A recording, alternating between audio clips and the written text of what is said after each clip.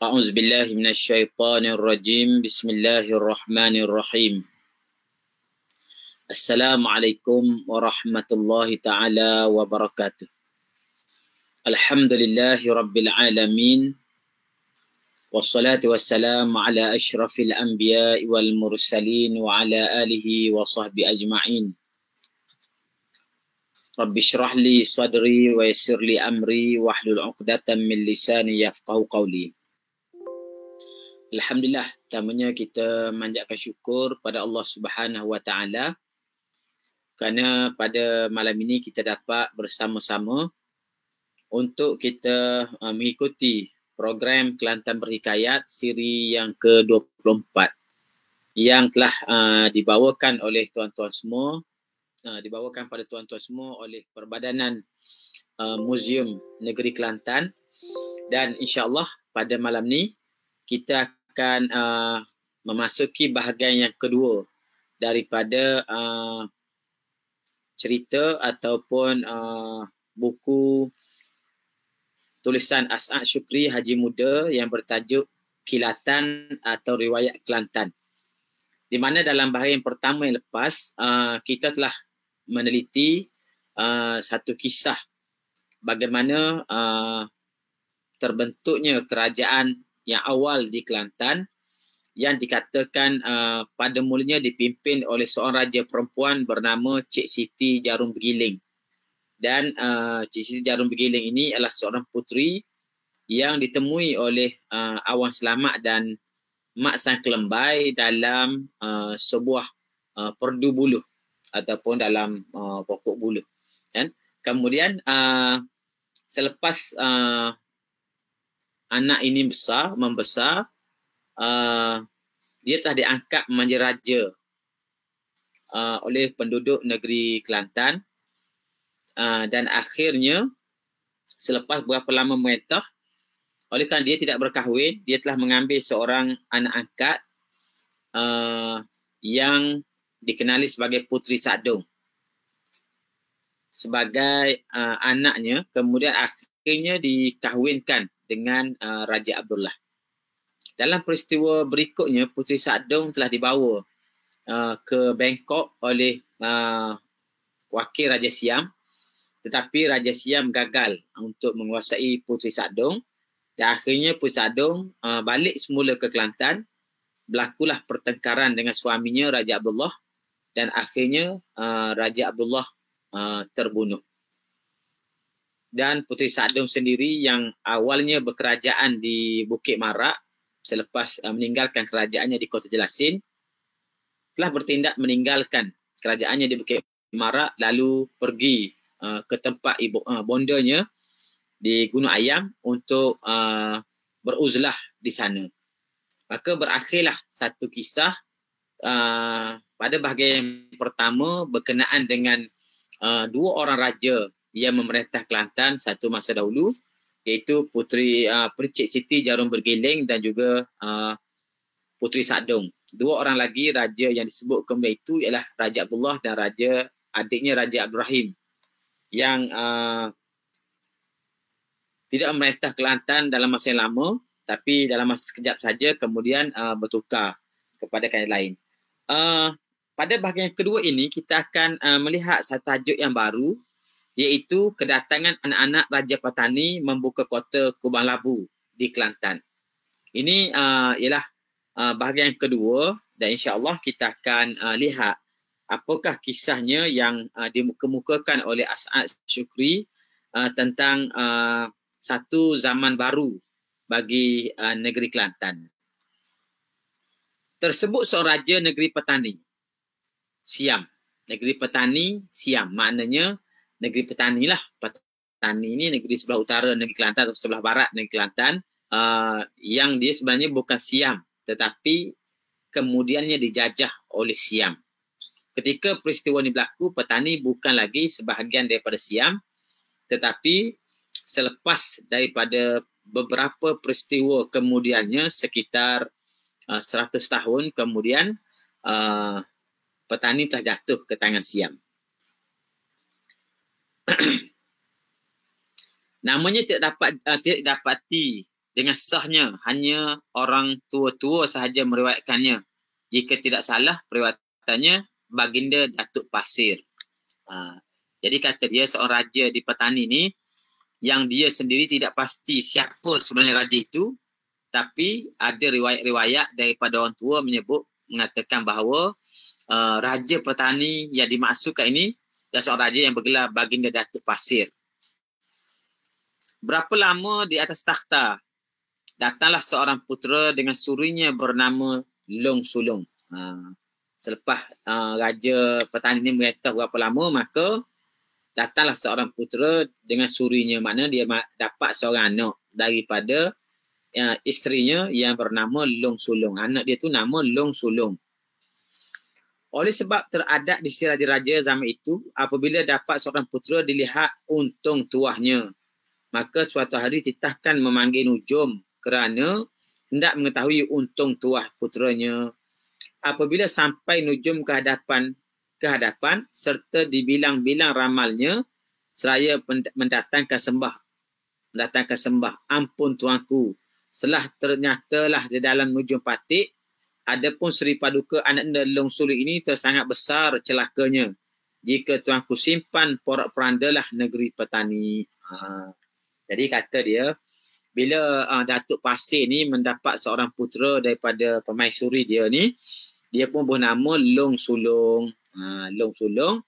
Jadi dalam tradisi raja-raja zaman dulu, setiap orang kali mendapat anak, dia akan tilik dulu nasib anak ni. Ini satu kepercayaan yang karut yang diamalkan oleh orang Melayu zaman dulu. Bila dapat anak, tilik nasib dia. Maka panggillah Tok Nujum, Tok Bomo datang ke istana, tilik nasib anak ni. Tiba-tiba Tok Nujum ni kata, pada pandangan dia, menurut tilik dia ni, bahawa Long Sulong puteranya sangat celaka. Jadi kalau duduk dalam istana ni, maka akan porak peranda lah negeri Petani. Itu tekaan ataupun nujuman yang dibuat oleh Tok Nujum tadi. Adapun nujum yang tersebut, terlebih dahulu daripada ia menghadap, telah dibilang-bilang ramalnya, didapati Long Sulong itu tersangat-sangat tuahnya. Akan tetapi, tiada daya dan upaya hendak mempersembahkan tuah kerana telah menerima beberapa pemberian suap daripada isteri muda baginda itu dan disuruh kata celaka kerana isteri muda tiada mempunyai anak. Rupa-rupanya begini. Rupa-rupanya asalnya Tok Nujum tadi, bila dia tilik kepada Tuan Sulong ni, Long Sulong ni, dia mendapati Long Sulong ni seorang putera yang bertuah. Oleh kerana baginda Datuk Pasir ni ada beberapa orang isteri. Jadi isteri muda kepada Datuk Pasir ni yang belum mempunyai anak, yang tidak ada anak, dia telah rasuah. Rasuah lah kita panggil kan. Dia telah menyuap putera Tuan Nujum tadi, supaya Tok Nujum tadi membuat ramalan yang sebaliknya. Walaupun dia dapati dalam nujuman dia tu Long Sulong bertuah, tapi dia kata celaka. Sebab dia sudah makan upah daripada isteri muda kepada Datuk Pasir ni.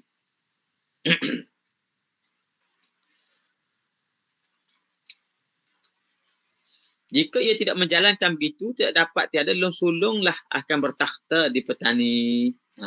Jadi kata dia, kalaulah dia tak upah Tuan Nujum tadi untuk kata celaka kepada nasib budak ni, maka sudah pasti Long Sulong ni lah yang akan menjadi raja di negeri Petani, yang ganti ayah dia. Telah didengar oleh baginda sembah nujum itu, murkalah baginda akan sebagai murka yang tidak dapat dipadamkan, lalu titah bunuh kepada seorang hulu balang. Bila kata Nujum ni buat laporan, kata menurut ramalan dia, Long Sulong ni seorang yang celaka, akan mendatangkan porak pelanda pada istana Petani, maka marahlah, murkalah raja ini, lalu diperintahkan oleh kepada hulu balang supaya bunuh saja budak ini. Apabila dibawa Long Sulong keluar dari kota, terjatuh hati Hulu Balang itu dengan belas kasihan. Dan tiada apa kesalahan, hanyalah mengikut perkataan nujum yang berdebah itu.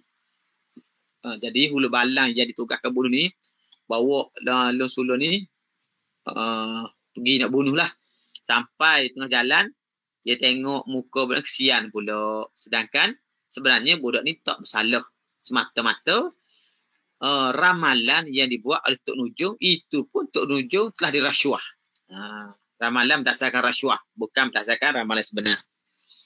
Maka pada malam hari dihimpunkan sekalian Hulu Balang yang kasih akan Long Sulong memberitahu hal itu. Dan di sinilah sekaliannya menangis. Lalu daripada itu bermuafakatlah sekalian lebih kurang 300 orang lari keluar dari negeri petani bawa Long Sulong.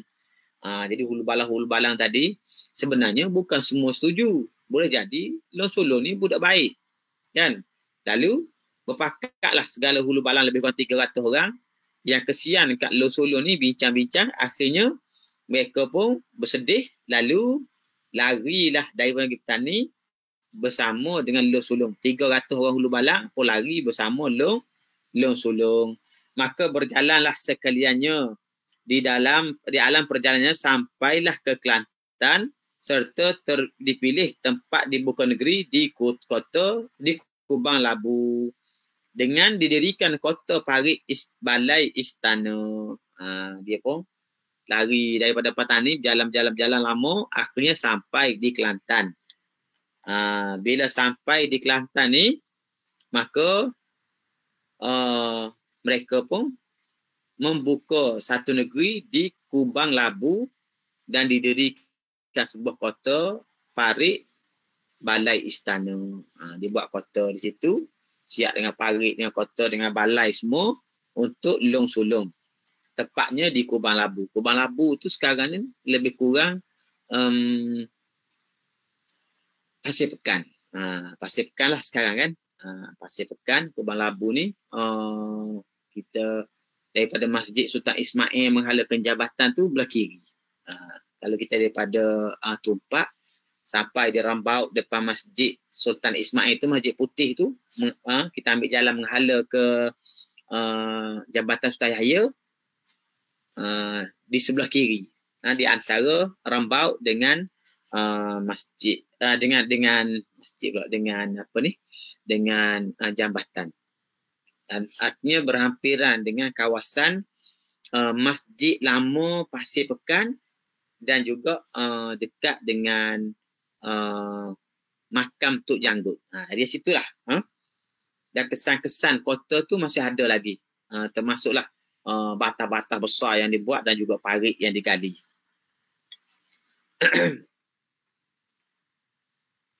Pada masa rakyat menebas dan menebang hutan membuat kota itulah berjumpa satu jaliran pokok labu yang telah berbuah yang sangat besar. Masa tengah tebah-tebah ni nak buat kota ni, jumpa dengan satu pokok labu. Pokok labu kan dia menjala atas tanah kan. Satu pokok labu yang telah berbuah dengan sangat besar. Kata orang tua, labu yang tersebut besar itu lebih kurang 2 pemeluk. Sehingga bekas duduknya menjadi kubang. Itulah asal-usul nama Kubang Labu. Jadi beritahu asal-usul Kubang Labu tu kerana masa menebah tu jumpa satu buah labu yang besar. 2 pemeluk ni kita agak-agak dalam besar kawah lah lebih kurang kan, 2 pemeluk. Dan oleh kerana dia duduk atas tanah tu, dia berat dan besar sehingga tanah tempat itu telah menjadi kubang.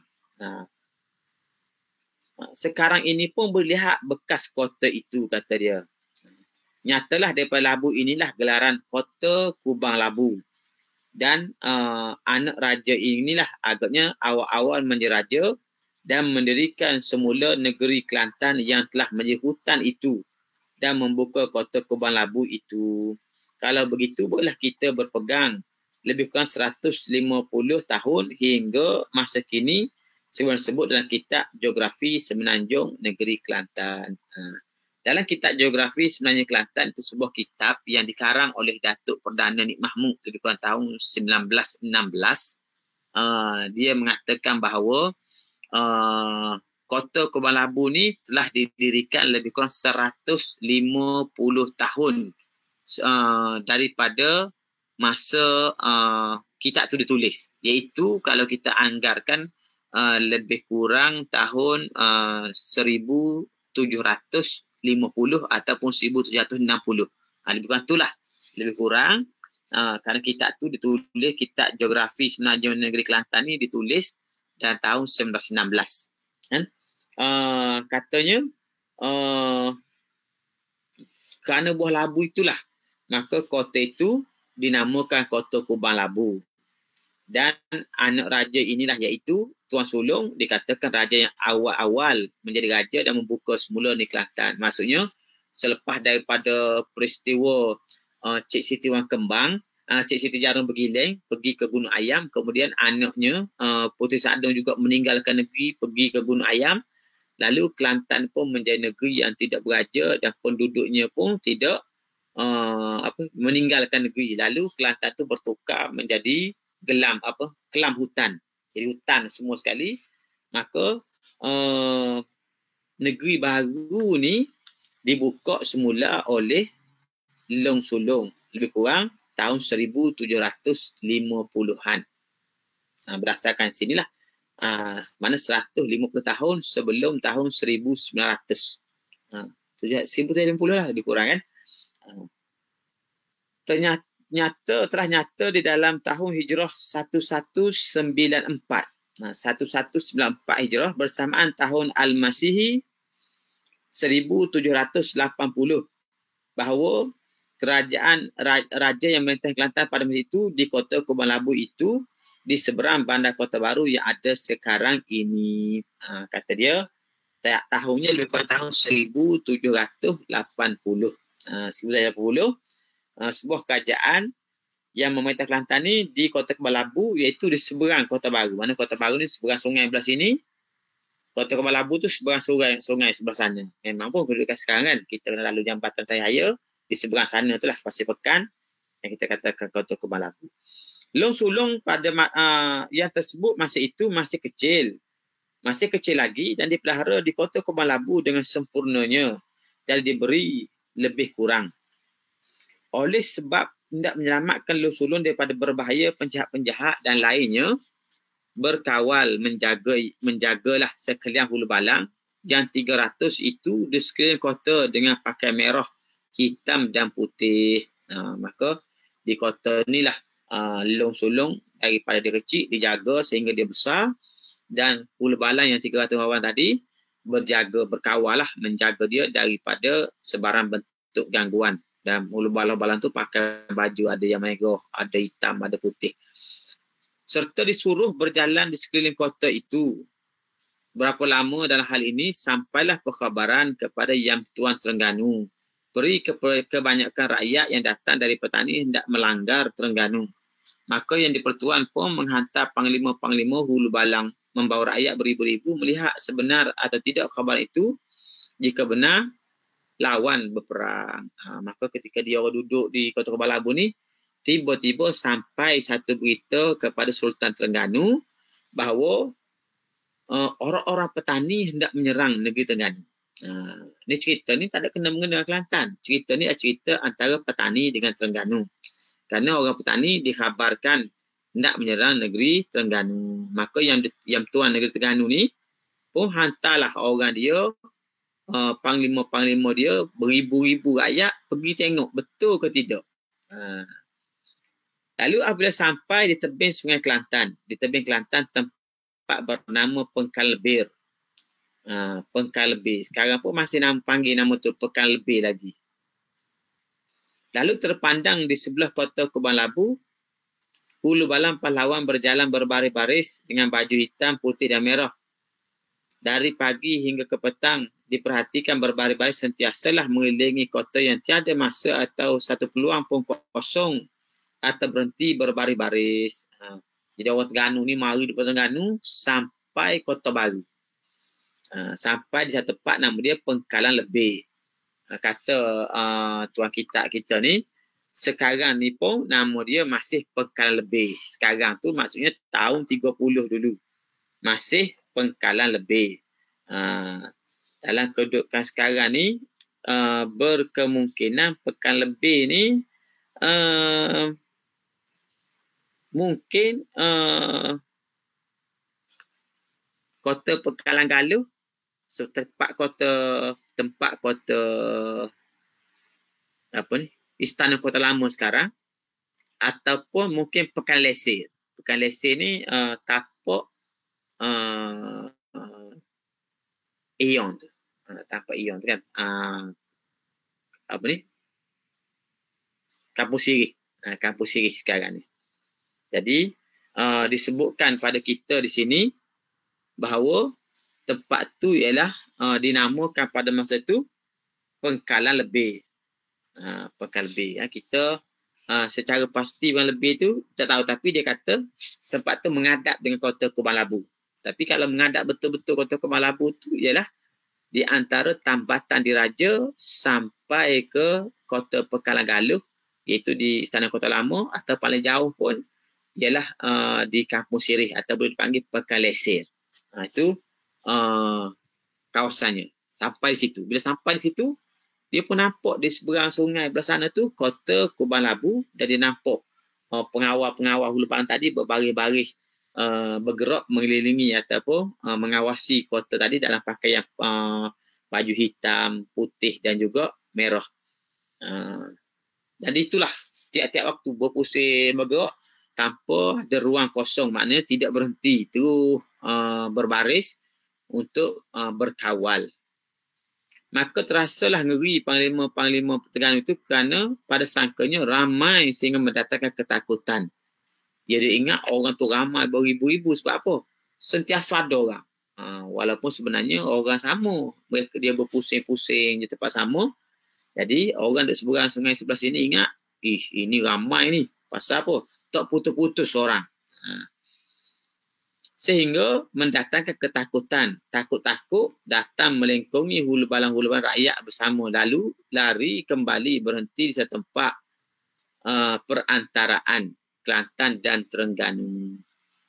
Jadi askar-askar Terengganu dengan hulu balang dia ni, panglima dia ni, oleh kerana bimbang, takut askar-askar kota Kubang Labu tu nampak mereka, dia pun lari balik sehingga ke sepadan Kelantan dan Terengganu. Kira Bukit Iyong lah sekarang ni, kan.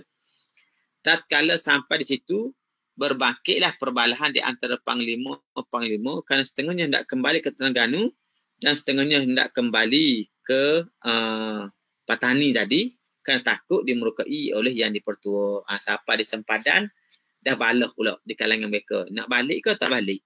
Setengah pihak kata kita kena balik. Sebab kalau tunggu pun, kalau dikejar oleh tentera-tentera yang berbaju merah hitam tadi, habislah mereka. Ada setengah lagi kata kita mesti balik semula ke tempat tu. Sebab ini perintah tuanku. Kalau dimarahi, dimurkai oleh Yang di-Pertua, apa nak jawab? Maka jadilah satu peperangan sesama sendiri dan banyaklah mati. Rupanya orang Terengganu ni berpecah pula di sini, berperang sama sendiri kerana berbeza pendapat. Dalam peperangan ini, seorang demi seorang berkata, busuk. Lalu kita orang Terengganu, orang-orang Terengganu, sungguh kita orang Terengganu kerana kesalahan kita itu menjadi serak perang. Maka dalam perkataan itulah masing-masing berfikir benar dan dengan bersendirinya berhenti berperang. Sebab itulah tempat itu namakan busuk. Akhirnya dalam kelawan jadi besuk.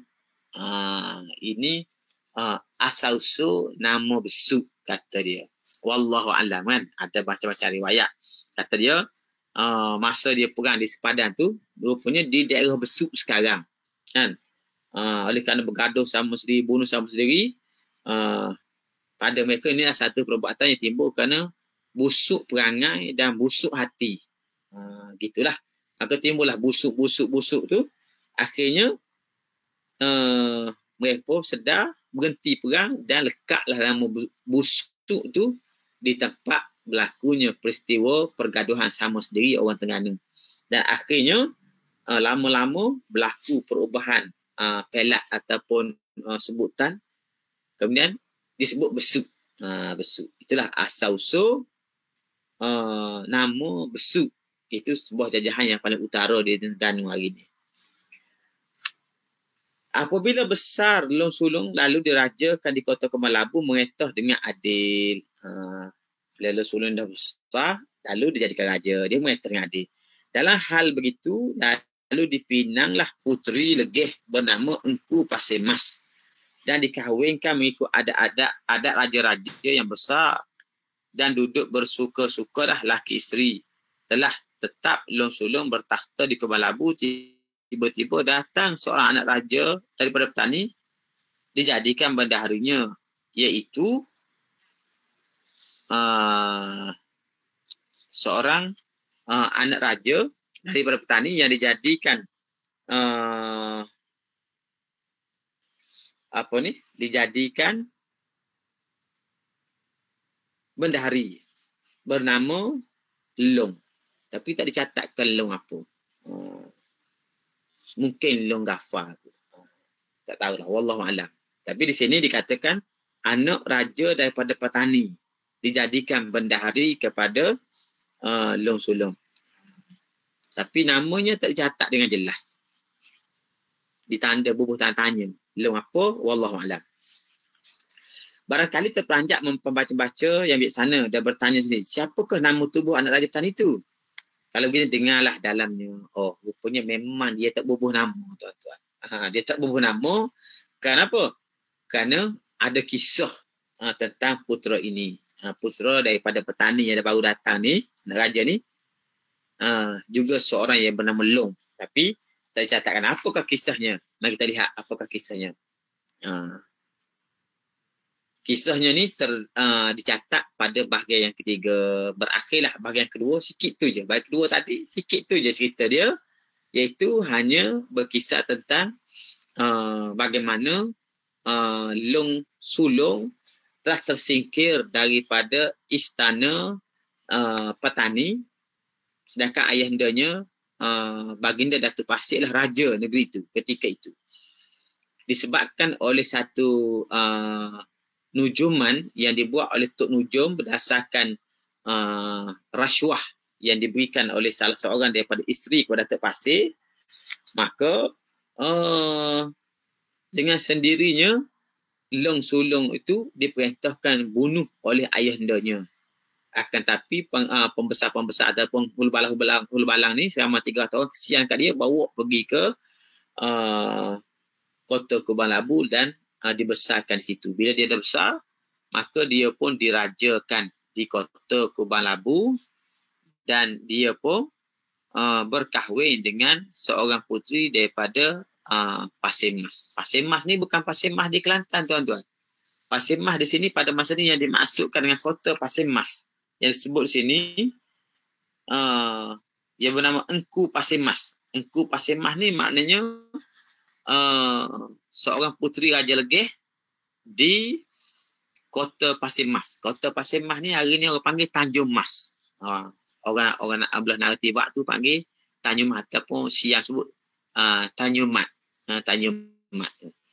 Itu ialah ibu negeri Legeh pada zaman dahulu yang dipanggil Kota Pasir Mas ataupun hari ini dipanggil Tanjung Mas. Tanjung Mas. Pasir Mas tu di Kelantan kan. Tu kisah pada bahagian yang kedua. Pendek je bahagian kedua. Baik, sekarang kita masuk kepada bahagian yang ketiga.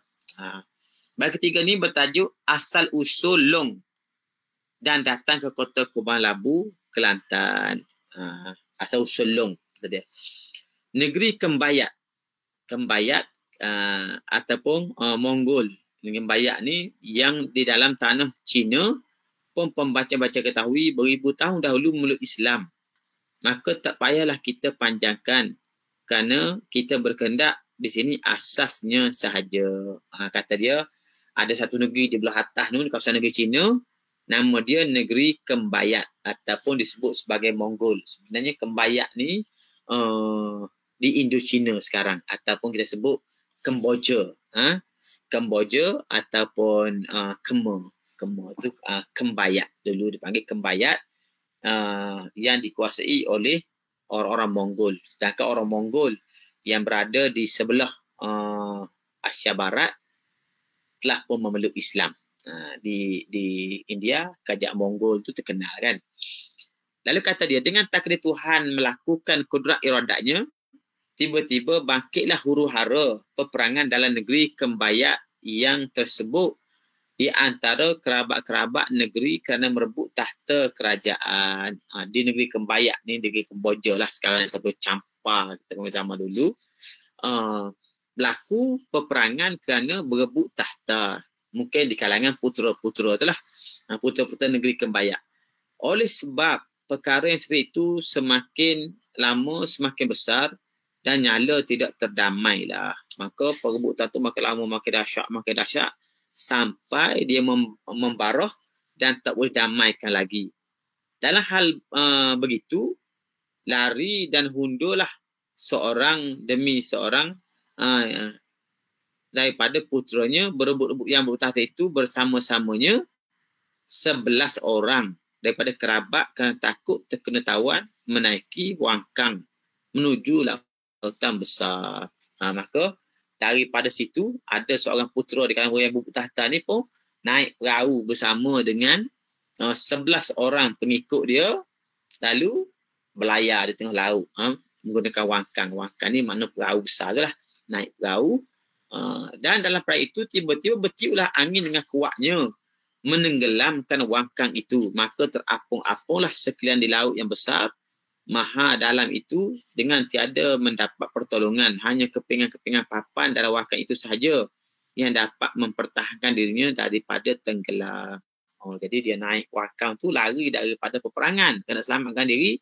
Tiba-tiba ketika berada tengah laut besar ini, mari ribut, ombak besar pecah kapal tu menyebabkan mereka semua pun hanyut. Tak dapat diselamatkan. Berapa lama terapung-apung dalam lautan itu, hampirlah dengan daratan dibawa oleh arus dan terdamparlah seorang daripadanya di tepi sebuah pantai jajahan petani. Jadi ramai-ramai atas kapal sebelah orang tadi hanyut, salah seorang daripadanya terdampar di pantai petani. Duduk atas kayu lah kan, atas kayu duduk atas kayu perahu tu. Hanyut tu akhir sekali sampai patah petani. Keesokan hari sedang si pemukat balik daripada pekerjaannya, terjumpalah seorang di tepi pantai dan mengetahuilah ia bahawasanya orang pecah perahu laut itu, lalu dimuatkan ke dalam perahunya menuju ke Kuala, dibawa persembahan kepada Menteri Petani.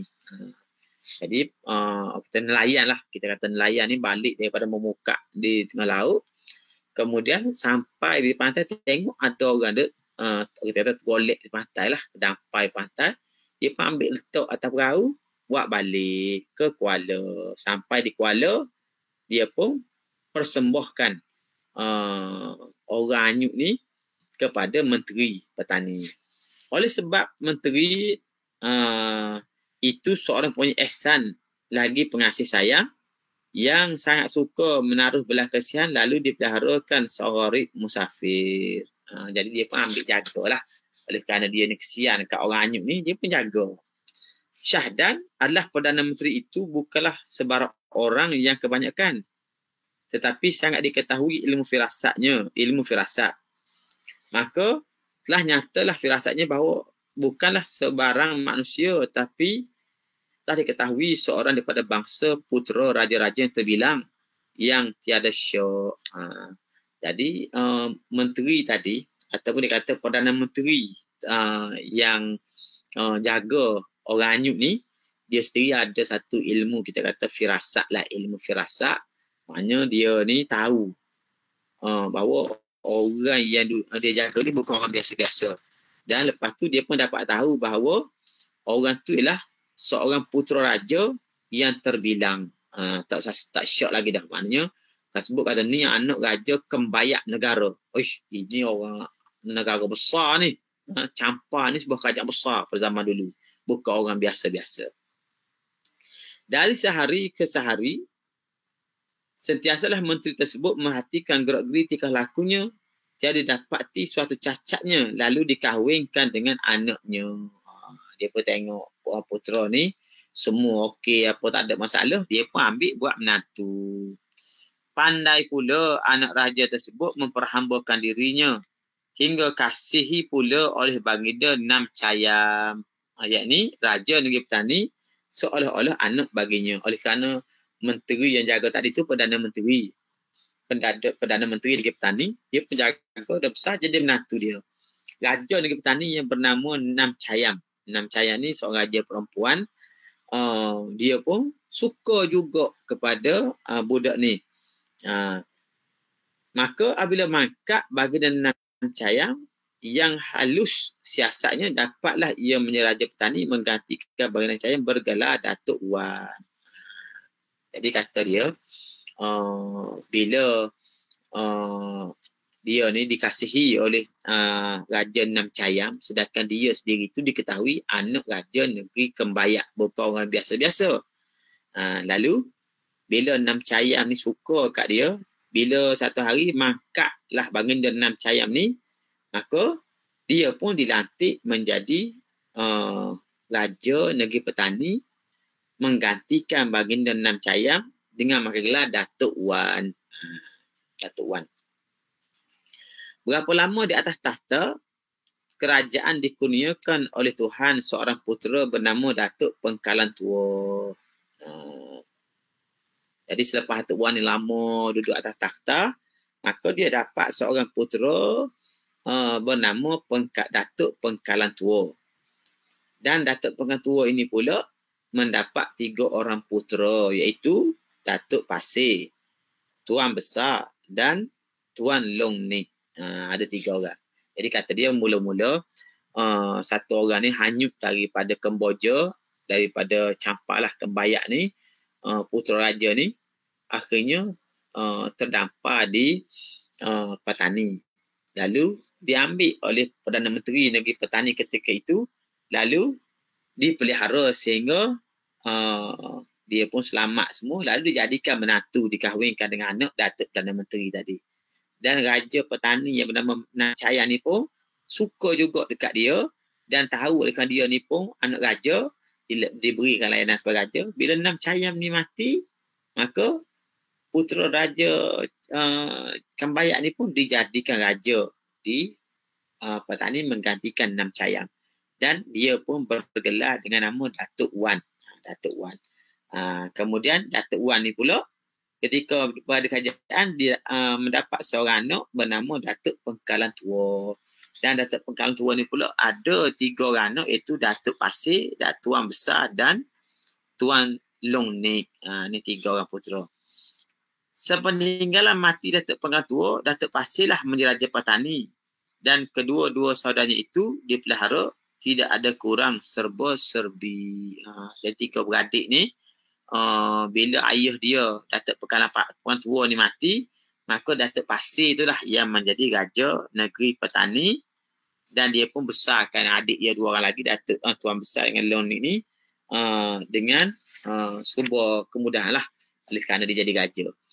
Pada suatu hari sedang Datuk Pasir bersaudara ini di hadapan Menteri Hulu Balang, maka berdatang sembah Tuan Besar kepada Datuk Pasir. Satu hari duduk dalam istana ni, ketika Datuk Pasir duduk di istana bersama menteri-menteri Hulu Balang dia, tiba-tiba adinda dia ni, Tuan Besar, mari menghadap dan menyembahkan sesuatu kepada Datuk Pasir. Kata dia, Kekanda, semenjak besar, adinda sentiasa dah terang-angan dan tercita-cita hendak meluaskan negeri kita. Maka rahsianya yang dapat kita luaskan kuasa ialah telah terbayang-bayang di fikiran adinda, iaitu dengan jalan kita memerangi semua raja yang kediamannya di antara petani. Oleh sebab nampak bayangan baik itu di fikiran adinda begitu, berazam adinda memulai memeranginya dengan setengah daripada hulu balang kita. Kekandak adinda tinggallah menjaga dan mengatur negeri ini dengan sempurna. Dan hari pemergian itulah pada hari ini juga, kerana inilah hari yang terlebih molek. Tiba-tiba Tuan Besar ni masuk menghadap kepada kanda dia Datuk Pasir ni, beritahu bahawa dia ni berangan-angan kalau boleh kita besarkan negeri petani ni dengan cara kita serang semua negeri-negeri yang bersempadan dengan petani. Iaitu masuklah Kelantan. Kerana Kelantan ni ialah sebuah negeri yang terletak di sempadan negeri petani. Jadi kata Kekanda, Datuk Pasir dan juga Adinda. Adinda dia tadi apa nama Long Nik kan. Tuan Long Nik duduklah di istana biar dia Datuk apa nama ni tuan besar ni bawa bala-bala askar-askar ni pergi serang negeri lain supaya negeri petani ni menjadi sebuah negeri yang besar. Dan kata dia perang tu patut kita start keluar ni hari ni juga. Hari dia mengadap. Sebab apa? Sebab kata dia inilah hari yang terlebih molek untuk kita melancarkan gerakan ini. Lalu kata Datuk Pasir, Kekanda setuju. Abang dia pun kata setujulah. Sebab apa? Sebab nak besarkan negeri petani. Lepas daripada berpesan sedikit lebih kurang, berangkatlah tuan besar dengan hulu balanya menempuh hutan yang tebal-tebal sehingga hilang dan raib sama sekali tidak dapat dicari. Dia pun bergerak ni masuk lautan mana lalulah hingga hilanglah daripada pandangan orang petani. Tak boleh cari dah. Masuk hutan mak tahu. Berapa lama kemudian daripada itu Tuan Long Nik bersama saudaranya tiba-tiba dikurniakan Tuhan seorang putera dinamakan Long Yunus. Jadi Long Nik ni dapat seorang anak nama Long Yunus. Jadi dalam cerita ni Long Yunus ni anak saudara kepada Datuk Pasir dan juga Tuan Besar. Ayah dia nama Tuan Long Nik. Sungguhnya mendapat putera, akan tapi tiada sehari pun hilang kehilangan saudaranya sehingga kurus kering. Jadi tadi abang dia Tuan Besar tadi pergi menyerang negeri lain ni, hilang di mata, hilang lama dah tak jumpa sampai kerinduan, sampai kuh kering Tuan Long Nik ni. Walaupun dia dah dapat dah putera baru beri nama Long Yunus ni, tapi dia tak, kita kata bersedih lah, duduk sedih juga sehingga kuh kering dia. Maka dengan penyakit itu habis mati, lalulah dimakam adat raja-raja. Kita tidak dapat tahu tempat perkuburan Long Nik itu sehingga bersusah payah bertanya orang masing-masing tidak dapat menerangkan. Tapi tak tahu kubur Long Nik ni kat mana, kata penulis. Oleh kerana dia terlalu rindukan kepada abang dia Tuan Besar ni sehingga mati. Orang kata mati ke diri dia. Kuh kering akhirnya mati kerana rindu. Walaupun dah dapat anak tapi hatinya tak rindu kepada abang dia. Maka kemudian daripada itu berduka citalah Datuk Pasir kerana kedua-dua saudaranya telah mati. Maka Datuk Pasir ni beranggapan bahawa adik dia yang kedua tadi, Tuan Besar, masuk ke lautan tu hilang gitu, ingatkan mati dah makan harimau ke apa. Adik yang kecil ni pula mati juga di depan dia. Kerana apa? Kerana rindukan abang dia. Maka duka citalah pula Datuk Pasir. Maka oleh sebab hendak menghilangkan duka cita, itulah dia pelihara Long Yunus hingga besar. Maka dia pun adik dua orang dah tak ada dah. Dia pun ambil anak saudara dia tadi, anak Long tadi bernama Long Yunus, dipelihara sampai besar. Maka satu masa jatuhlah satu kesakitan berat ke atas Datuk Pasir, yakni Raja Petani yang tidak dapat tabib dan negeri mengobati, lalu dipanggil Nujum. Sedang Nujum tu membilang-bilang ramanya, berdatanglah sembah ampun tuanku beribu ampun. Adapun penyakit tuanku ini tiadalah ubatnya selagi tuanku menyimpan dan melihara Long Yunus, anak saudara tuanku ini, kerana besar tuah celakanya. Mari pula. Tengah-tengah dia jaga ni sakit pula Raja Datuk Pasir ni. Tiba-tiba mari pula Tok Nujum beritahu pula bahawa anak saudara dia yang jaga ni, Long Yunus ni, seorang yang celaka. Tak ada tuah. Demi mendengar sembah Nujum itu, murkalah akan sebagai murka yang tidak dapat dipadamkan saya bertitah Datuk Pasir itu. Hei Long Yunus, anak yang bertuah celaka, undurlah kamu dari sini dan keluarlah engkau dari negeri ini sekarang juga. Aku tidak suka dan tak sudi mengharamu lagi. Jadi kata dia, oleh kerana Tok Nujung ni mari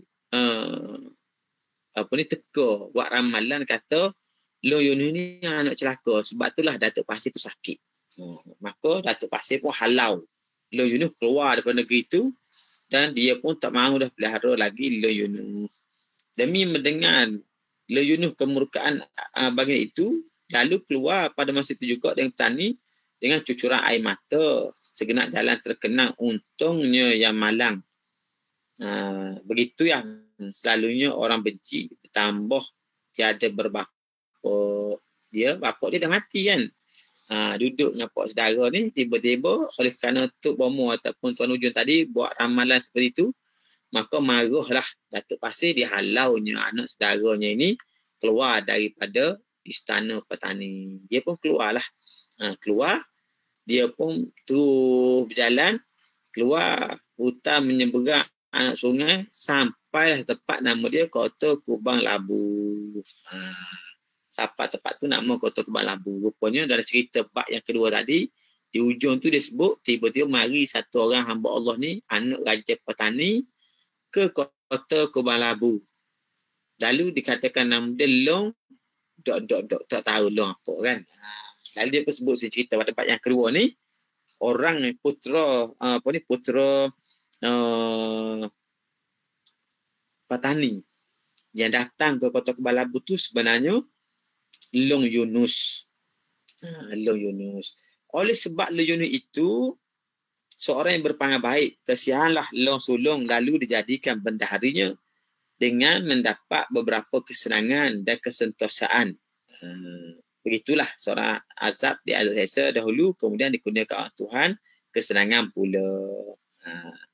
Jadi bila dia mari ke kota ni, kenalkan dia ni anak raja petani semua, maka mari rasa kesian pada Long Sulong, tokoh yang kita bincang dalam bab yang kedua, bahagian kedua sebelum ni, Long Sulong. Lalu Long Sulong pun ambil dah Long Yunus ni jadi bendahari dia. Kan dia tahu Long Sulong ni kalau Sulong Long Yunus ni ialah anak raja daripada petani, sedangkan dia pun anak raja petani juga kan.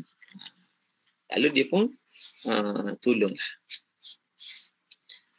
Maka itulah tuan-tuan sekalian, kisah yang kita lihat hari ni pada bahagian yang kedua dan bahagian yang ketiga, iaitu dua kisah. Kisah yang pertama berkait dengan kisah pembukaan Kota Kubang Labu yang dikatakan berasal daripada cerita anak raja petani yang telah dibuang ataupun dijatuhkan hukuman mati oleh ayahnya sendiri kerana nujuman oleh seorang tukang nujum yang dirasuah oleh ibu tiri kepada Tuan Sulong.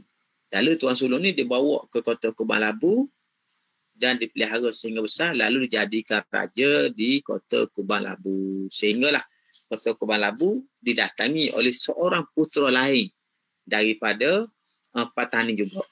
Maka disebutkan kisah negeri petani pula, iaitu satu ketika negeri petani ni didatangi oleh seorang putera raja daripada Kembayak yang hanyut lalu terlantar di pantai petani. Maka putera tadi pun dipelihara, dijaga oleh Perdana Menteri Petani beberapa ketika, lalu akhirnya dijadikan menantu. Kan dia kenal ni anak raja negeri besar. Kemudian bila raja petani Nam Cayam ni jatuh sakit meninggal, maka anak raja Kembayak negara ni dijadikan raja petani menggantikan raja Nam Cayam. Kemudian sejak itulah putera raja Kembayak ni dikenali sebagai Datuk Wan. Datuk Wan. Dia pun mengetah negeri. Sedangkan Datuk Wan tu pula mendapat seorang putera dipanggil Datuk Pengkalan Tua. Dan Datuk Pengkalan Tua itulah ada 3 orang putera, iaitu Datuk Pasir, Tuan Besar dan Tuan Loning. 3-3 ni ada cerita dia di sini kan. Yang pertama Tuan Besar, ketika abang dia Datuk Pasir ni menjadi raja mengetah negeri petani, tiba-tiba tuan besar ni bawa cadangan pada abang dia supaya petani tu serang negeri-negeri di sekeliling dia untuk membesarkan wilayah dia. Jadi tuan besar ni mengambil tugas untuk menyerang. Sehingga akhirnya tuan besar tu sendiri hilang dalam hutan belantara, tak tahu ke mana. Kemudian seorang lagi adiknya yang bongsu, Tuan Lon ni pula terkenang-kenangkan abang dia yang bernama Tuan Besar itu sampai jatuh sakit kuku kering.